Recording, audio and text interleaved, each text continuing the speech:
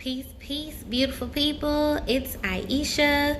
I've been having a bunch of people kind of ask me about metalsmithing and what do you need to get started, and like, can't you just teach me?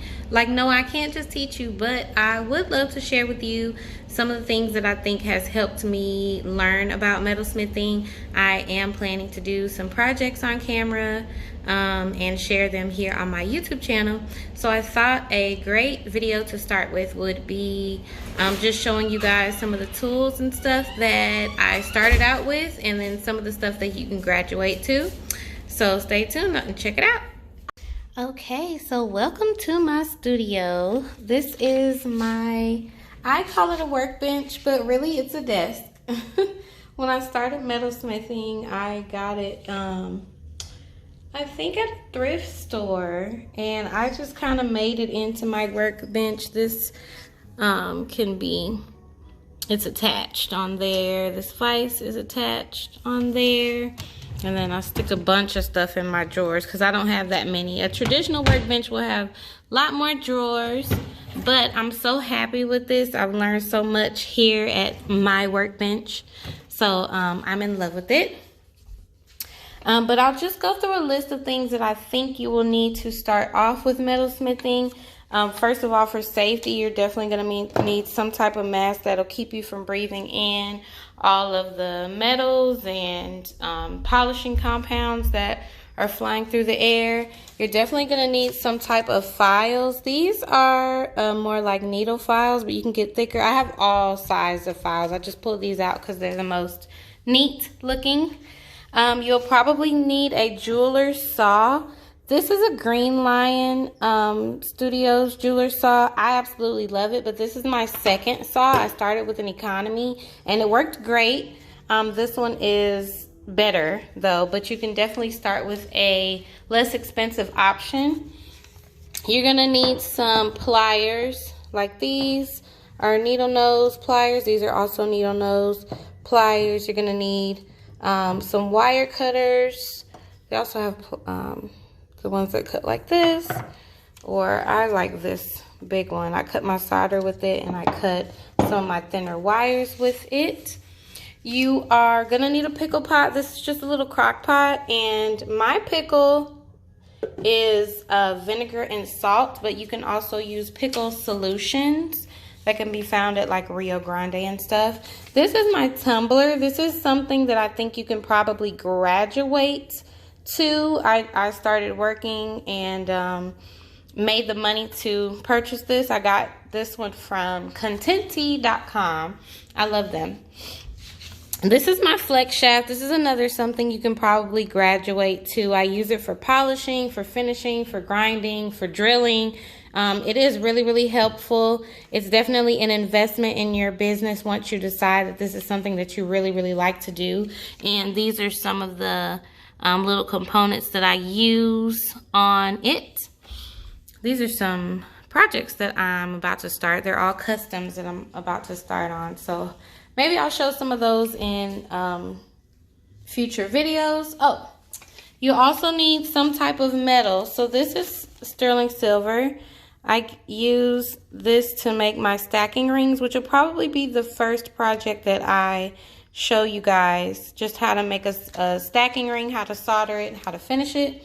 But you can also start with copper or brass wire if you like. Copper and brass is great to kind of practice on because they don't cost as much as silver. You will need, if you like to make rings, you'll need a ring mandrel. This one is dirty. No judgment, guys. I work a lot. I don't have as much time to clean. And then you can do a rawhide hammer or a rubber hammer. These are hammers that are soft enough to move the metal, but they don't make marks and mars on your metal. That's if you want to make rings. If you want to make bracelets, there are bigger mandrels that you can get for that as well. All stuff that you can build up to. Like I have all sorts of hammers in here that do patterns and stuff. But for the basics, just learning how to do it, I think a ring mandrel, learning how to do like a stacking ring or something would be something great to start with. And then you're gonna need a solder station with a torch. This is from Home Depot. I know a lot of people have like really fancy torches and stuff, but I haven't graduated to that yet. And I've been metalsmithing for years now, and I'm pretty okay with that one. So you're gonna need something to solder on, like a soldering block. They have black soldering blocks. I've been having this one for a while. This is something that the heat is going to go on. It's not gonna burn your table up. So you're definitely gonna need something to solder on. You're gonna need flux.